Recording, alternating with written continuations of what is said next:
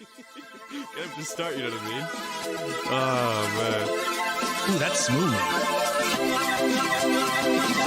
Welcome, everybody, to Cook Will Sway, the show where we slice and dice our way through the most controversial topics of the culinary world. I'm DC. I'm joined by my trusty friend Josue, and this week I'm here to convince you all that open kitchens are inhumane, cruel, vile, even intolerable garbage.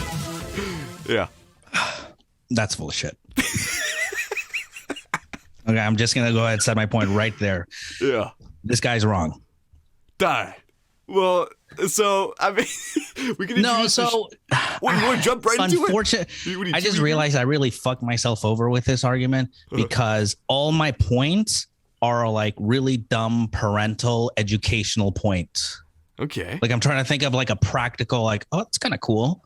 I can think of maybe like 1, 2. I mean, to be fair, like whatever the outcome might be, however crushing and destroying my victory will be over you this episode, we have to give you credit because this is very hard to defend. What are we even talking about today? We're talking about open kitchens. You know what I mean? Open kitchens. Yes, For, sir. Against them, we're gonna figure this shit out. Also, since we're episode 1, do you want to kind of like explain the show a little bit? Your audience is smart. We're not. They're gonna figure it out, but just in 2 sentences. They'll figure it out. They're not stupid. 2 cooks, 15 bills, 2 topics. You know what I mean? And a cook will sway. A cook will sway. That's right.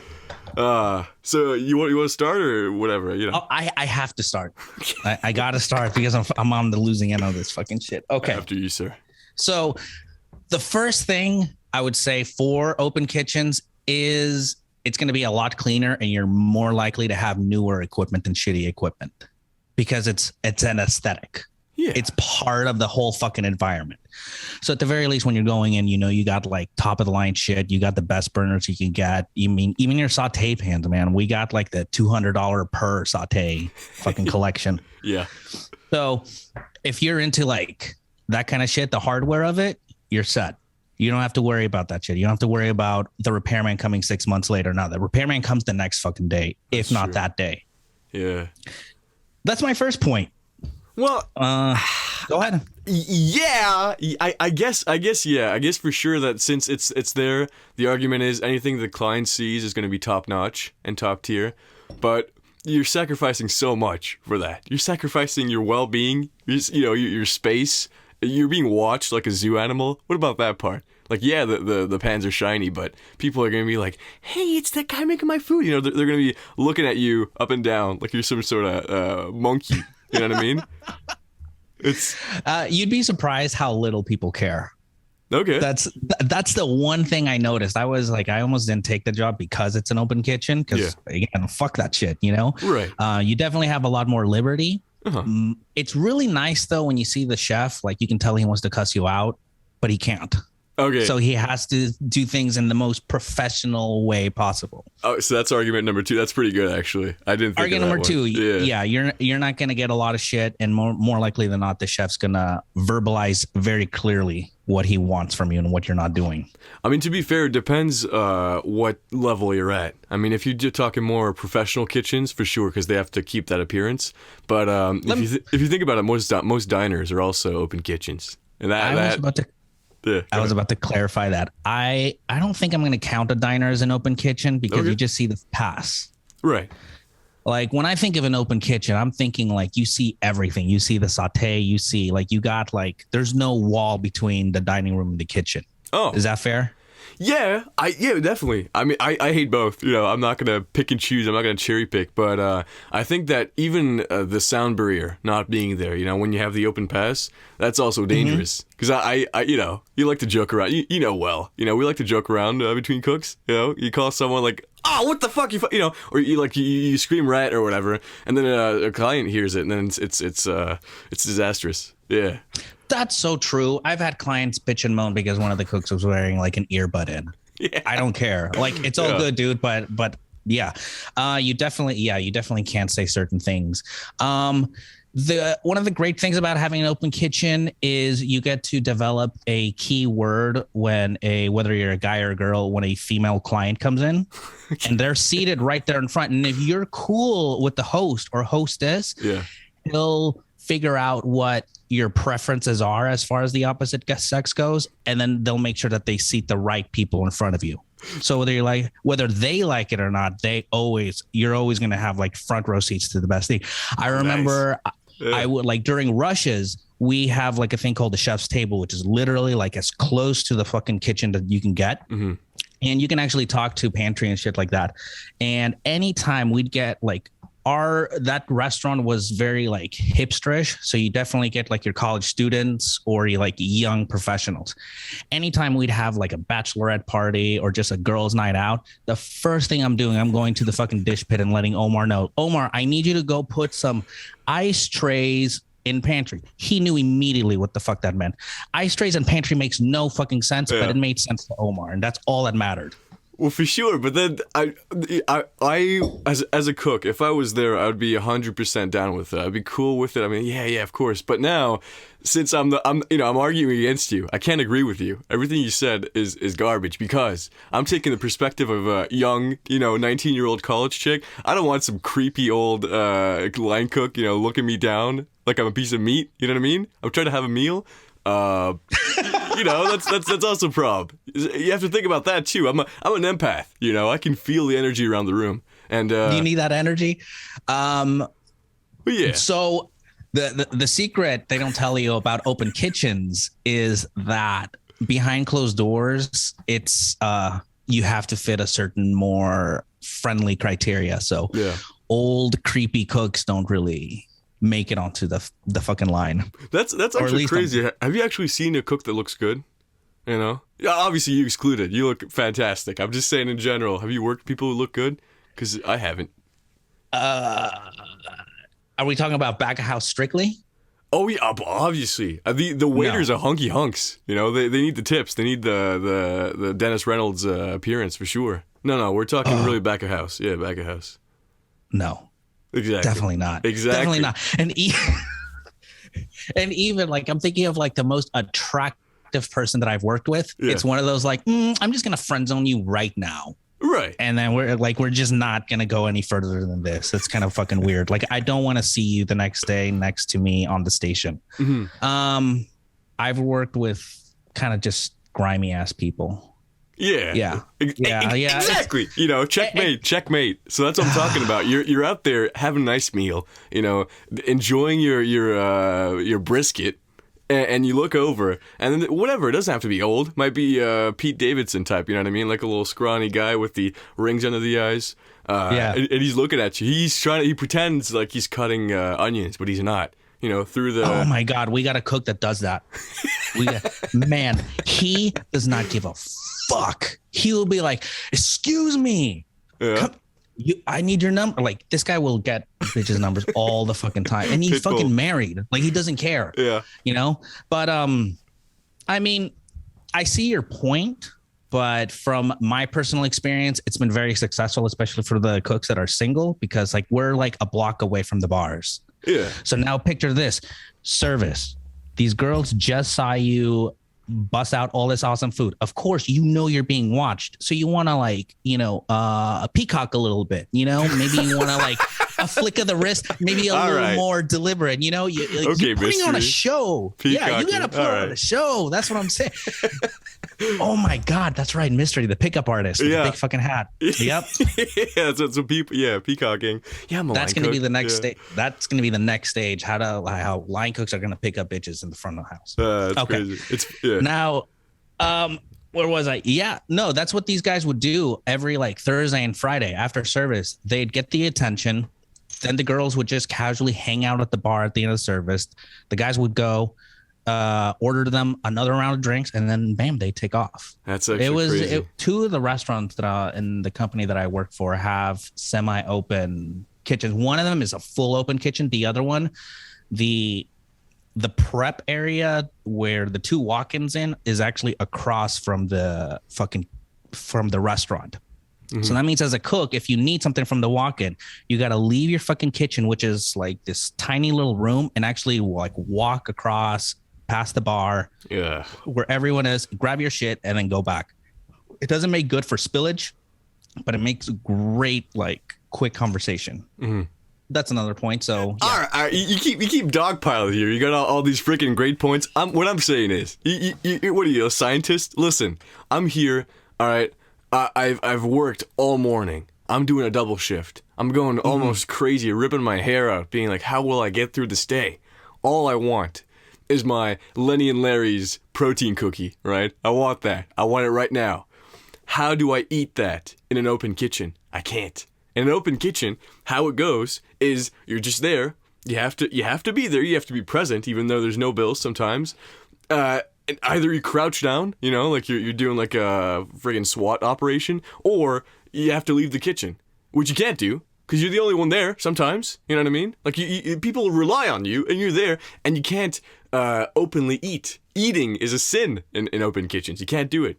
So how's that? How am I going to eat my Lenny and Larry's cookies in an open kitchen? Okay, step one, I'm going to tell you, take your cookies, take them out of the wrapper, and you're going to put them in a pint container. You're going to put that pint container on your station, and then you're going to break down that cookie. I don't think you're going to eat the whole cookie as a whole. So you're going to break it down into manageable pieces. That's true. Then what you're going to do, because you're a cook, you're going to deliberately put your hand into that pint container when you're hungry and deliberately put the contents of that in your mouth and eat it. What are you doing? You're sampling, because that's what cooks do. So when I'm looking across and I see you're grabbing something, you're putting it in your mouth. It's too fast for me to know that it's a fucking cookie, and you're gonna chew it. You nod your head. You look like, okay, yeah, this is pretty fucking good, and then you walk away. It's a new recipe, yeah.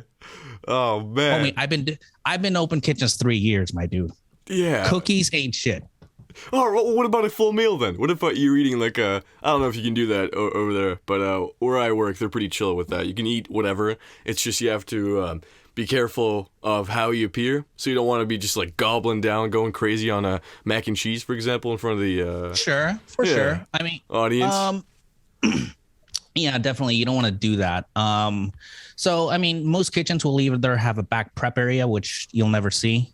Or we'll just break everyone one at a time, and you just go into the break room or into the backyard or where the fuck you want to. And you have to eat alone like a loser. This is the fate of the open kitchen worker. You see, you eat alone like a loser, like you got no friends, like you're back in middle school. No one wants to eat with you. Is this your experience in a kitchen? Do you eat alone like a loser? No, because I don't like open kitchens, and I crouch. I crouch in the open kitchens, and we do like a Metal Gear Solid maneuver with my, whoever's working with me at the same time. How do you hide behind the kitchen? Like, you're like 6 foot. That's not possible. Even on your knees, you'd be like average human height. 6'2", actually. But I actually... But I no, you can definitely crouch. Like, very, very deliberate. It's not... You're not comfortable at all. That's like the worst fucking thing. Yeah, I hate crouching. I give you that. That's fucking humiliating. Like, everyone is literally 20 feet away from you eating the best meal in life, and you're eating like a bum that scraps from the fucking bowl. Yeah. God bless the bums, by the way, but it's just it's not something I like at all. Yeah. And also the other thing is that at one point you're done with your meal, right? You have to put this whatever it was, receptacle, you have to put it away to clean. You can't do that. So at one point you just like emerge from the shadows, with an empty plate, and you just go ahead and put it in the dish pit. That's weird. It's weird, If someone's actually observing the kitchen, like, yeah, what's going on? And then they see just like a guy with some dirty plates. It's weird. It's weird and creepy and unusual is my point. And you should never do this in a closed kitchen. You see, in a closed kitchen, you can eat like obviously, no, you don't have to contaminate, You don't have to sprinkle Cheeto dust on your parfaits, but you can still have a certain space where you say, this is my space. I'm going to eat a little bit, munch up a little bit, come back energized, all my nutrients in, and go back to work. And no one will ever know. That's fair. That's fair. Because we're supposed to argue this. You're not supposed to. Yeah, I mean, okay. How would I word it then? I see the way you're wording the bullshit that you're spitting.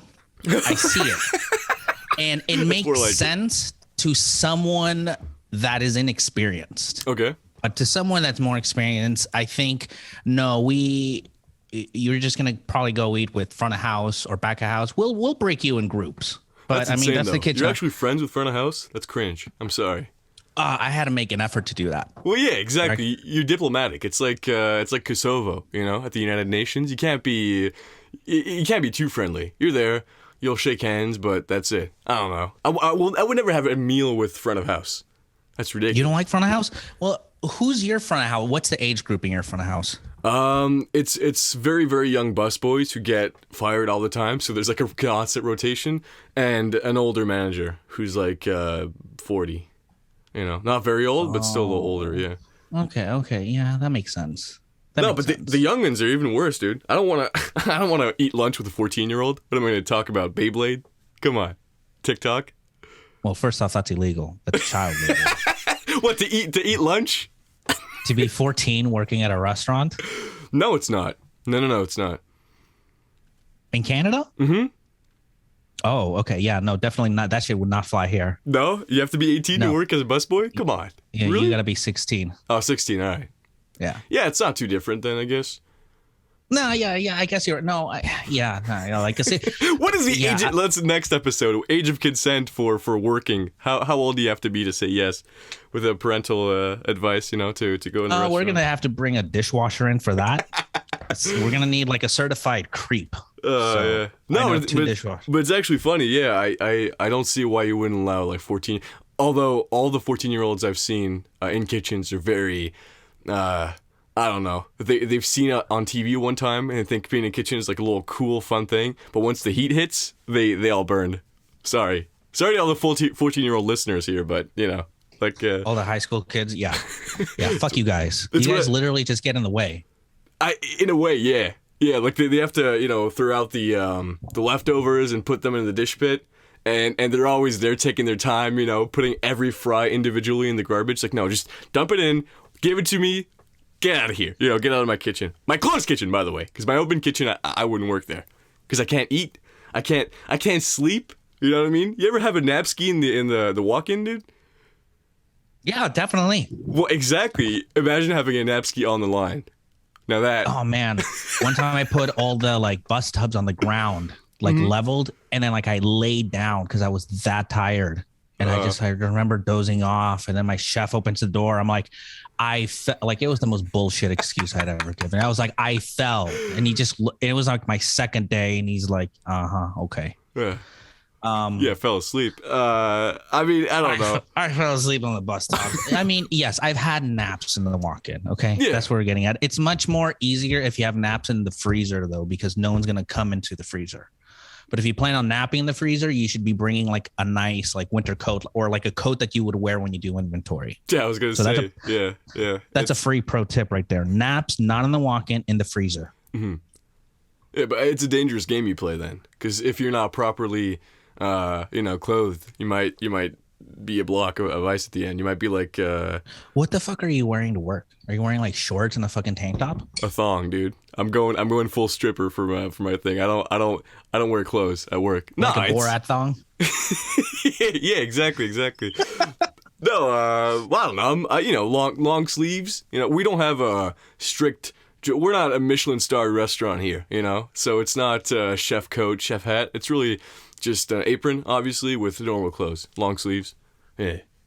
Really? You can wear colors? No. Well, no. It's a black, but. Okay. Yeah. Same here. All black. Doesn't matter. Jeans, black shirt, whatever the fuck you want to do. Some guys wear polos. I think that's weird. Yeah, exactly. It is I don't know. It's because people want to be stylish. I understand that. There was a lady working at the place I work at right now, and she, she'd put on these like elaborate, I don't know what they're called, but those like pants that the like university girls wear, like the weird things with like the different straps around. It's just funky. It's very intricate, very elaborate, but it's very impractical because there's like very long sleeves to the shirts and very long attachments to the pants. I don't know. Anyways, just imagine some funky gargantuan mess, right? And she went to work with that, and day one she cut one of her sleeves with a knife that was in the way, just on the counter there. And then she was like, "Oh my gosh, it's horrible." It's like, yeah, but you have to dress functionally, You can't just go into work looking beautiful and cutting yourself all the time, So I feel like it doesn't. No. I feel like that's unrelated to our problem, though. We have to get back to this. Open kitchen, closed kitchen, right? So let me try to resume, let me try to summarize what you're saying, right? You're saying that it kind of keeps workers in check, and that if you have nothing to hide, you shouldn't be scared of open kitchens? Is that what I'm hearing? More or less, yes. It encourages a more professional environment. Yeah? Well, it doesn't mean you can't do certain things. It just means you have to be better at doing them in front of people, but not get caught. Are you familiar with the NSA? NSA? Yes. The National Security Agency? Maybe CIA rings a bell? That's the exact same argument they've been saying for years. Oh, you're not a terrorist? All right, let us look at your laptop and your search history and all that stuff. Same argument. You're essentially the tyrannical government, coming in all the time and reading our friggin' leaked emails. That's you.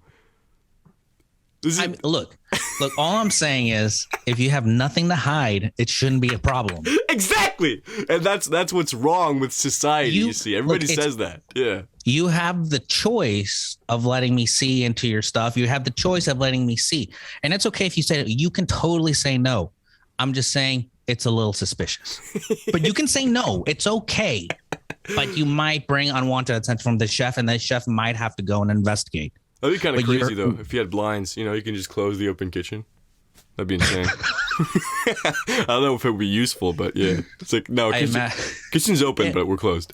In elementary schools, most of the walls open up. I don't know if it's like that in Canada, but they open up here. That's the first thing I envision, like one big fucking wall just coming out of the wall and just closing it up. Like, all right, you pieces of shit. What the fuck was that kind of service? That would be so great. Because I can see the look of rage in my chef's eyes. One of my chefs was going through divorce in the open kitchen. And it was like one of the greatest things. I mean, I felt really bad for him, but to watch someone that wants to physically fucking kill you. I remember one guy, I went for a break. He didn't tell anyone. And the chef was expoing. And he's like, where the fuck is Aiden? And he's like, and we're like, oh, he fucking went for a break. And so he gets on the fucking fryer and he starts yelling, like called a fucking like server a fucking retard because she took the wrong plate. He's like, I'm going to fucking pistol whip this guy when he comes back. It was just fucking insane. Yeah. Chefs are mentally deranged for sure. I think you have to be. That's not a hot take, I think. Yeah, that's just name of the game. Yeah, I don't know. Listen, it's one thing to be mad at your life, at your salary and everything, but to take it out on someone else, I think we both agree that's kind of stupid. I mean, there's a way. What's a great example? A perfect example of a right and a wrong way to do it. And this has nothing to do with kitchen, but it's almost like when you're at the gym and you're trying to, and you got a buddy that knows how to fucking motivate you. Like anyone can just fucking call you a fucking bitch or hurry the fuck up. You ever see CT Fletcher or fucking Cali Muscle? Okay, look at those guys. Any other out of context, that sounds really fucking toxic. Like, why the fuck would you talk to me? Yeah. But in the right context, in the right environment, a certain chef will definitely know how to fucking pull out the best in you. It may not sound as polished as you would want. Yeah, I mean, they're kind of like, not to, false valor or whatever, but it's kind of like a military style squad, You're very close-knit and you have to have the respect. Like, you need a crew that respects the chef. And the chef has to, I think you talked about this as well, the chef doesn't have to tell you fucked up. But wait, what was it? I don't know. That was me. Yeah, I said that. Yeah. Exactly. So that's the thing. It's like you don't have to be told that you're doing something wrong. You have to be so scared to disappoint the chef that you'll autocorrect yourself, to do it as well as you can. And I think that's absolutely great. But the flip side of that, if you're a weak chef, if you're not that good, if you're just hot-tempered, you're a hothead, and you take it out on some poor line cook, I disavow that. I can't stand there and be like, oh yeah, it's okay to mentally degrade these human beings that are paid minimum wage, because you're a chef. Yeah, fuck them. Like, I have no respect for those people. Fuck them. I did that. That's how I felt. I had a fucking sous chef that was like that. Like, he just saw, like, every shift he would tell you how he went to the same fucking, it was the same fucking Michelin story that he went. Oh, yeah. And it was just so obnoxious. I just didn't give a shit. But I was there for 5 months. I think I got written up like 4 times by him. I think I may have said maybe a total of 10 words to him. I eventually got fucking fired. But yeah, I fucking hate that ego. Like, it's not, my thing is like, it's not your place. No. So what the fuck are you doing? If it was like your place, it's like, then I would just argue, okay, well, fuck it. I don't need to be here. But if it's not your place, like, homie, you're an employee just like me. Okay. We're both getting a paycheck from the same fucking guy. Yeah. Cool it. And also, like, it's completely fine. That's the flip side of it. There's always a flip side to everything, right? There's definitely cooks that are too sensitive. You tell them something, they break down crying, whatever, or they're too stressed. But these people often get weeded out very quickly. But once you have someone who's more seasoned, you know, more experienced, like you have, for example, and at that point, you're not there to fuck around. You're there to work, you know? And yeah, and he knows that. So it's just like, yeah, if you did something wrong, tell me, but don't I don't know, don't be degrading. That's my point. But anyways, again, we're going, these tangents are crazy. We're shooting off all the time, which is fine. But that's the way it is, man. You gotta just roll with that shit. That's what service is like. Conversation. We're getting these modded tickets, man. You're over here like, oh, I can't believe the tickets aren't coming out like normal. It's not like the menu. No, it's not. That's so that's so funny. Today we ran out of paper, and I didn't notice. And I was like, oh, whoa, it's awfully quiet, you know, at like 7 p.m. And then just the freaking server just came up to us. He was like, what the hell, guys? Come on. It's like, I got like 5 tables waiting. I'm like, what do you mean? There's nothing. And then he changed the paper, and I felt like a big dum-dum. But and all that shit just started going off. You're like, oh, wait. No. That happened today? Yeah. Well, I'm gonna let you say, but it's even worse because our spot. What happens with our machine is that if it gets sent and it doesn't come out for some reason, there's no backlog, right? So once you put the paper in, it's all lost. That's yeah. Oh, I'm so sorry. That sucks. Holy shit, that sucks. We have like 5 different printers. Oh, nice. We'll know if a printer's not working. Yeah, we got backups on backups. Yeah, because my kitchen's pretty nice, but it's small still, you know. So it's kind of fancy, but we're not many employees. It's not a huge system. It's not even a chain. It's just one restaurant, privately owned. So just a little one-off. Yeah. That's nice. I like those things. It's like 2 couples who put their money into making a kind of a high-end restaurant in an area where there's not many, and like one of the 2 couples, they got divorced. And so I'm not gonna laugh at the divorce thing, but it's kind of funny where the investor lost all his money, and the lady wanted to sell, but since she's not a proprietor, like sole proprietor, she couldn't sell. So she clearly doesn't care, and just the husband of the other couple is taking care of everything, and he's working 25 hours a day, honestly, and it's kind of sad to see, but it's also hilarious because he doesn't own the whole thing, but she can't sell which she doesn't own. I heard you say something about like Canada being closed, and this past month doesn't even count in history. Yeah, it's gone. So what are you doing? Like, is it all just takeout? Yeah, so I was I got the coof, and I was not quarantined, but I stayed in the U.S. So I was in the U.S. this past month. Now I came back, and here now it's opening up, but people are still scared. So there's not that much action going on. But so essentially during the holidays it was completely closed, you know, not even takeout, not nothing, and we had a curfew at 10 p.m. It was quite insane. Yeah. Oh, you know what, speaking of curfews, so basically so your area is basically us like a year ago, maybe a year and a half ago. Mm-hmm. So here's what's funny about the curfew thing. The city where I work did a curfew as well, 10 p.m. So then what happens is everyone was like, okay, what about the people that work after 10 p.m.? Like I was getting off at 11 and all that kind of shit, right? Well, you were supposed to like have like a piece of paper that says like you have permission, an employer, blah, blah, blah. A hall pass, essentially. Yeah. A hall pass, essentially. Well, all this was happening during the Floyd that one guy that got choked out and George died. Floyd. Yeah. Yeah, George Floyd. So this was happening during the riot. So all these fucking cars, the police closed down a shit ton of the streets. Everyone's trying to fucking leave. And so there's one police that's kind of blocking the main road that would take you to the freeway. Mm-hmm. He's telling everyone to go down another road. So then this entire line of cars go. And it turns out he just directed us to a fucking dead end. And then there's a cop legit with a fucking knife just popping everyone's fucking tire. What? And yeah, so that's where we were at. It was just like he's popping the tires, taking people out, and just basically arresting people for being over the curfew. Jeez. Like, that's how weird it got. Yeah. So anyway, that's I can't even, we had some pretty shitty stuff happen, people getting arrested for dumb reasons and technicalities, but that's literally a setup, entrapment, I mean, or how about like police legit early, like 5 a.m. delivering like entire flats of bricks into where a route for a protest was going to be.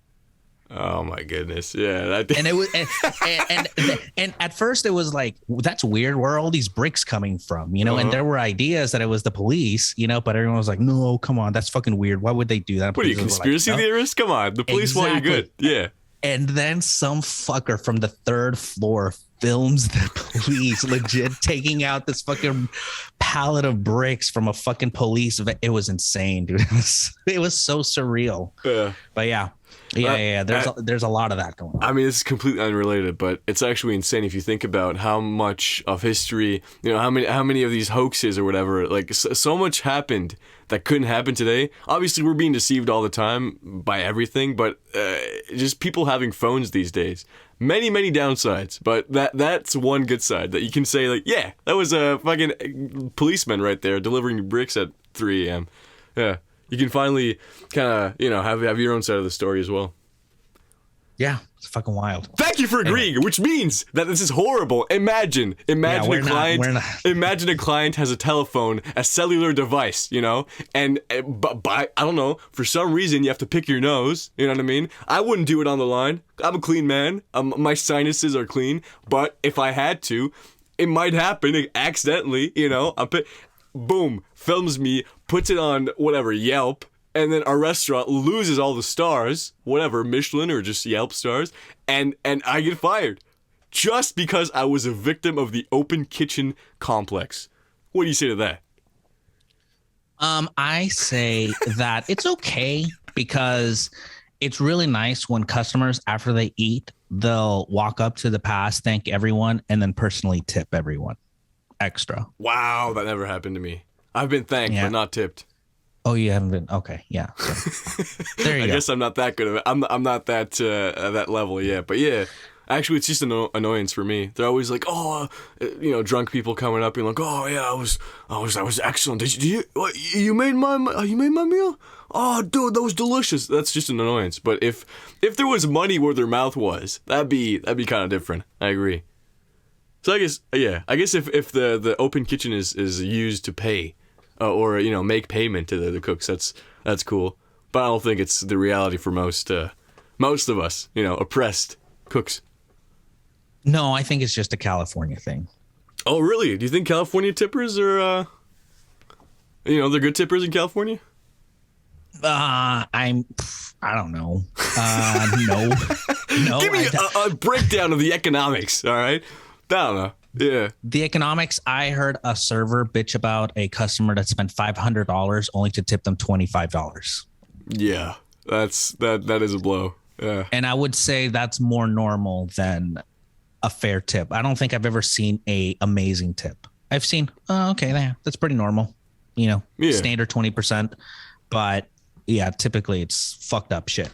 Well, that's the thing. I mean, we have like a standard of 15, but I think that people who tip 15% on regular meals, that's kind of low. If you think about it, it's not that much money. No, I try to do like minimum 20 if I go out. Yeah. 20, 25. I don't know. It's like you feel it out. You just know, like, maybe even though the math says this amount, sometimes it's like, nah, that doesn't feel right to me. Well, exactly. And also, it's kind of this thing where I'm not playing Mr. Rich Guy over here, but you don't have to go out every time, Maybe skip going out one time, so the next time you got a little more money, and you can use that for a tip and use that to, compensate the workers. Oh, that's a really good idea. So, like, incorporate the tip into the budget, yeah. How much? Yeah, to the budget. For sure.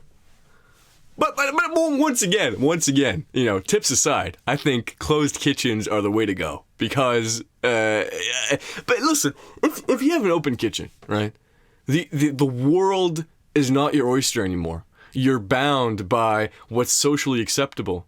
What if you're this genius cook, this connoisseur, this experimentator, you know? What if you're the next guy who is going to found the next Noma, you know? You're going to be the founder of the next Noma. You understand how important that is? But you can't be that guy if you're in an open kitchen because you can do these extravagant moves and be judged by it by normies. The people who will never understand your genius. You want to be bound? You want to Harrison Bergeron, bro? You want to be bound by the opinions of the simpletons? I don't think so. I want to be a flashy, flamboyant cook, you know, on my own terms in a closed kitchen. Thank you. I think closed kitchens promote complacency and laziness and just overall degeneracy. Yeah. So I had a chef who now owns his own restaurant, and what he would do is where the divide is between the kitchen, the open kitchen, and the restaurant, there's a regular wall, and then it becomes tiles, almost like bathroom tiles, big white tiles. So what he would do, and it became almost like a thing, he wasn't trying to make it a thing, but it was really cool because the customers loved it, is as he was developing menu ideas, he'd have to be on the pass expoing tickets. In this place, you would never see a ticket. Everything was verbal fire, and you just have to remember whatever you needed. But whenever he'd have this idea or like an idea for a dish, dessert, whatever it was, he'd immediately whip out a dry erase marker, and then he'd start writing on the wall. So he was promoting his creativity. People could see what he was doing. People could see the process. You could see what was going on in his head and what was possibly going to be the next dish for the next season. Okay.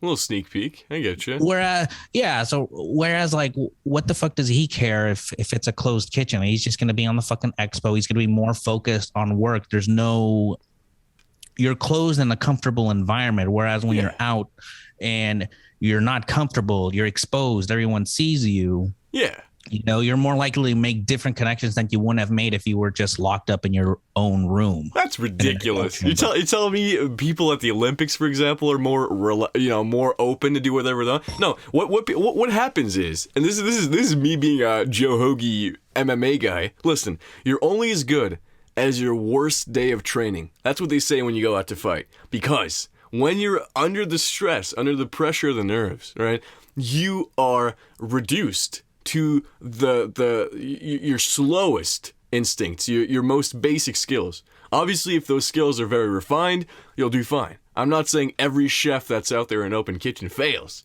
and is miserable. However, if you're in a cocoon, in a comfy little area, you know, with your fellow cooks, just grinding, you know what I mean? Like you're out there just putting all your effort into the work. You don't care how you look. You don't care how crazy the perception of others is. You're just here to focus on your craft. I think that's maximum potential. It's like all the rays of the sun. They're all right there at that point, and that's where you get to, you know. Not to quote Instagram, but diamonds are created under pressure is a myth. I don't like that. I don't like that at all. You don't get greatness by stressing people out. You heard it, guys. So what DC just said is that in closed kitchens, your physical appearance doesn't matter. Right. You can come in with that dirty ass, bummy, grimy ass shirt that you wore, that you puked on last night. And it's okay. No one's going to fucking judge you on it. It's okay if the pass is fucking dusty and dirty. It's okay if all the fucking spatulas and the fucking tongs are all disordered and disheveled. That's fine, because there might be a chance you might be the next third Michelin star chef. Listen. Highly unlikely, but I mean, fuck it. You know, why would I shower if I'm just going to get dirty anyways? Well, keep this in mind when you're voting for your favorite, side of the debate here.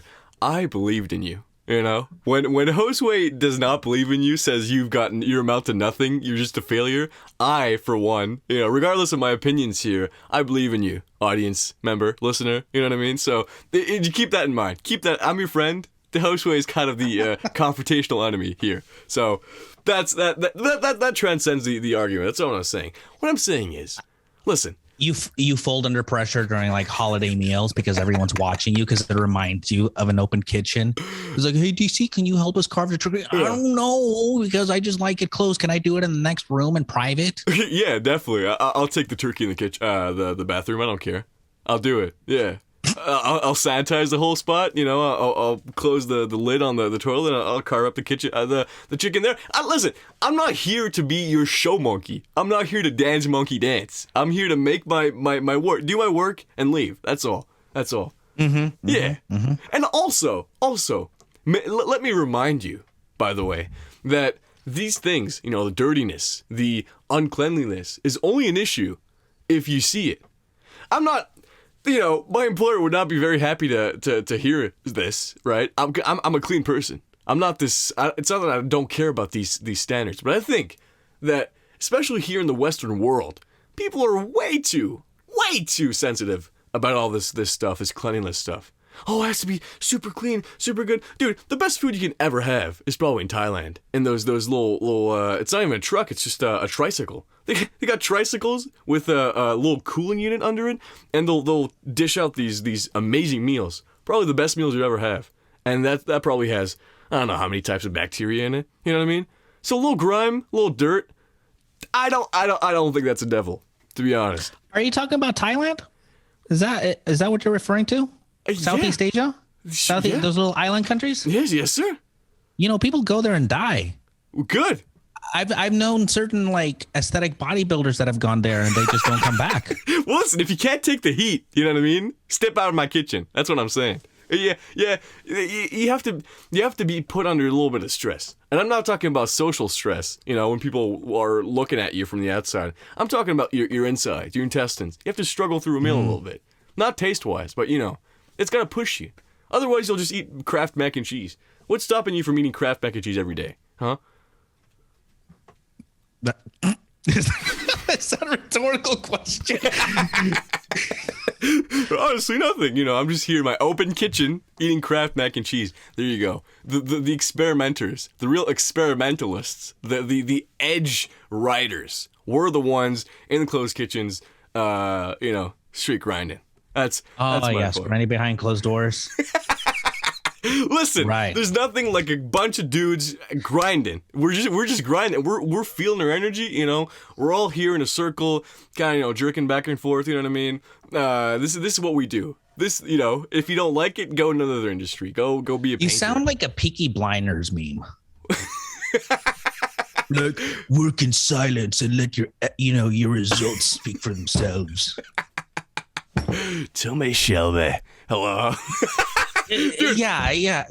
Jesus Christ. Are you laughing at my brother? What? What's wrong? What's wrong with Real kings work in the dark.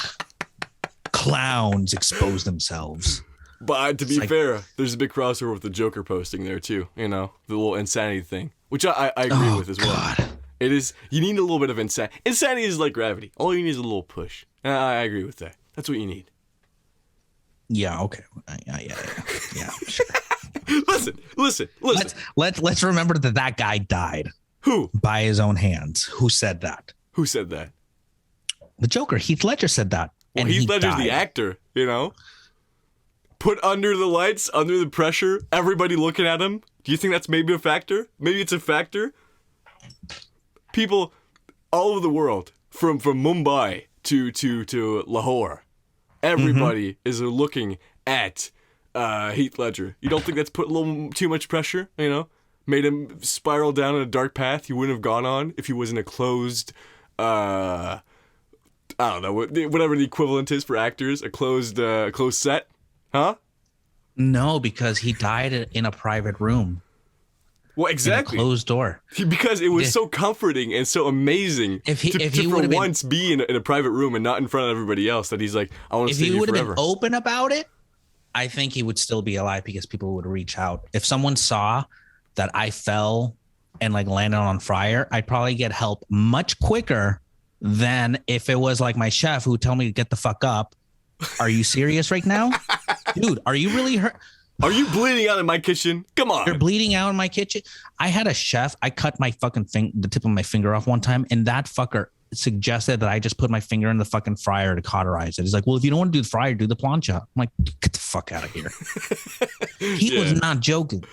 Oh yeah, no, I'm sure, because it's funny how I'm actually a big fan of not going to college. You know, I'm not one of these guys who's like, oh, you have to be educated or whatever. But some of these guys in the kitchen, they got the bro science down to a T. Honestly, they're there is a bro science to chef. Oh yeah, you got burned, dude. Just put some lemon on it, bro. It's all good. Don't worry about it. It's like, yeah, well, it depends. You know, that's good. I don't know about. I don't know. If like sour cream on burns. Yeah, sour cream on burns. Lemon labna does wonders for the 3rd-degree burns. Exactly. I'm pretty sure that's how they save Dave. You know Dave? Mm-mm. Wait, you don't know Dave? Oh No. my goodness! For the audience here, I'm a huge Michael Jackson fan and connoisseur. Dave was a child who was set on fire by his father in a hotel room and left there to die.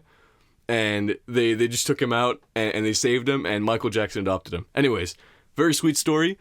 Kind of fucked up that I made a joke about it, but what I'm saying is, you know, he was very burnt as well. So that was a little deep Michael Jackson cut for the fans out there. Yeah.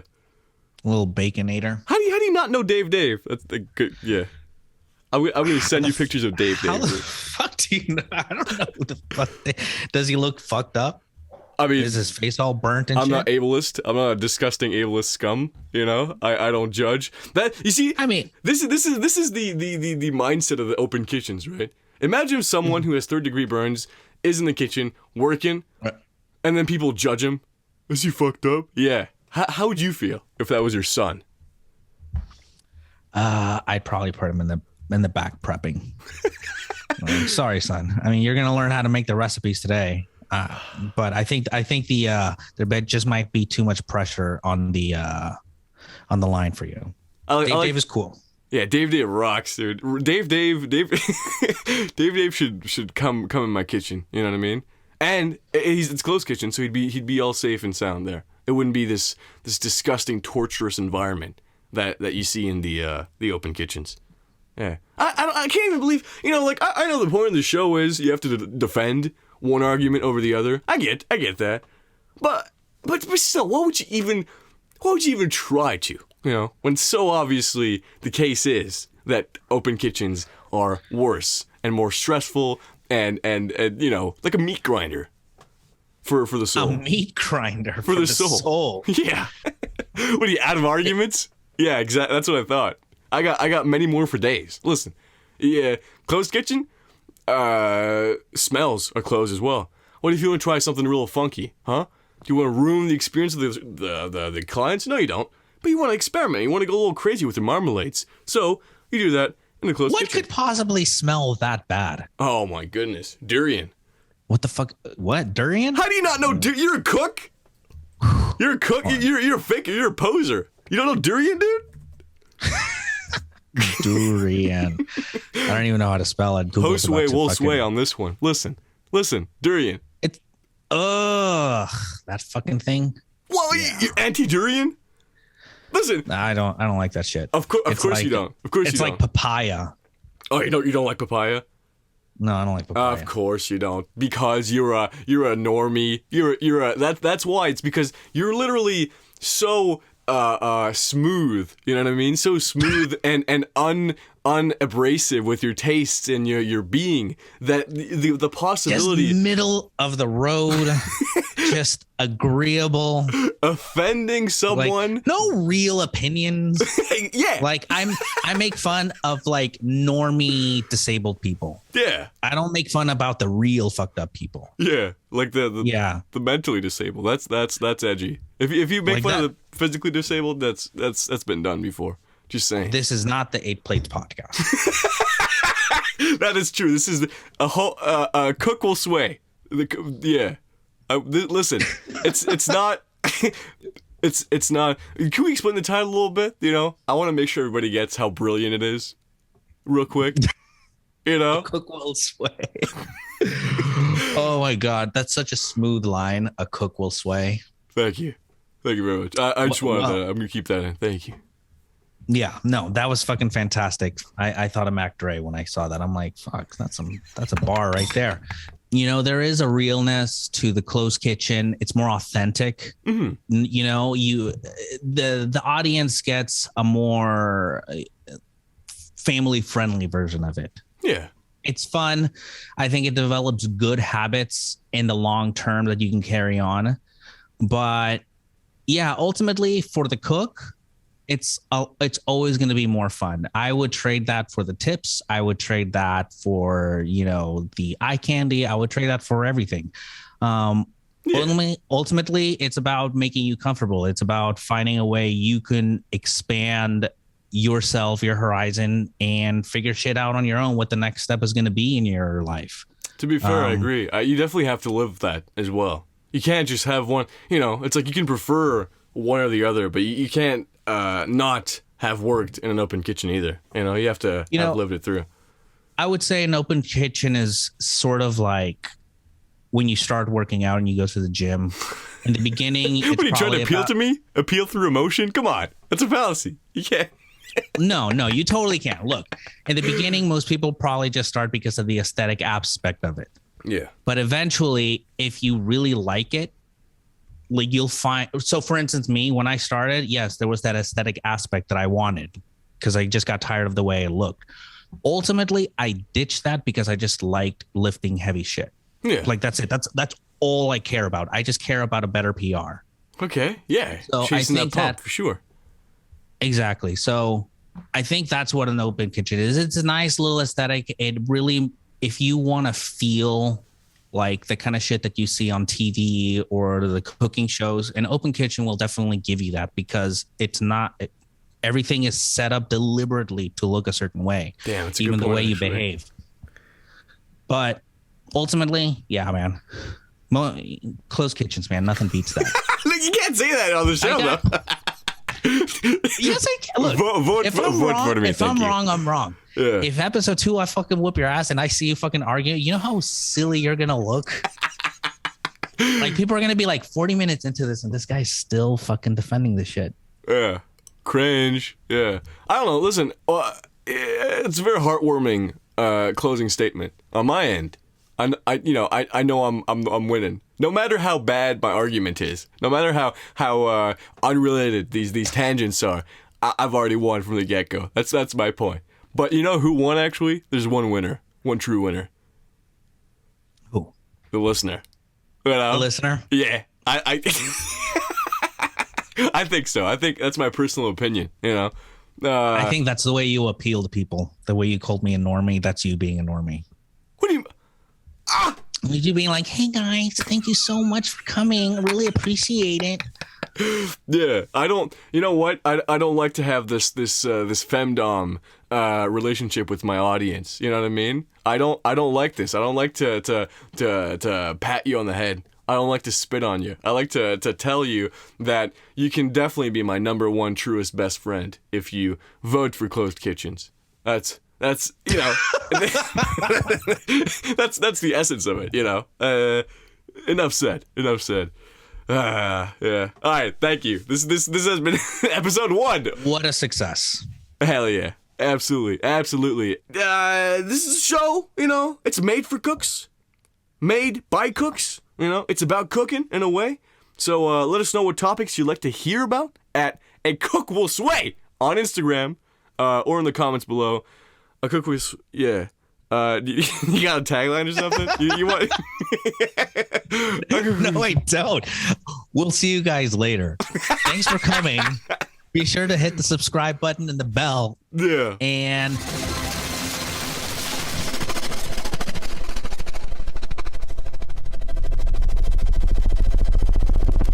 I was thinking about it, and earlier today I looked up, like, I wanted to see what Reddit had to say. Mm-hmm. I just looked up open kitchens. It seems I'm very much outnumbered.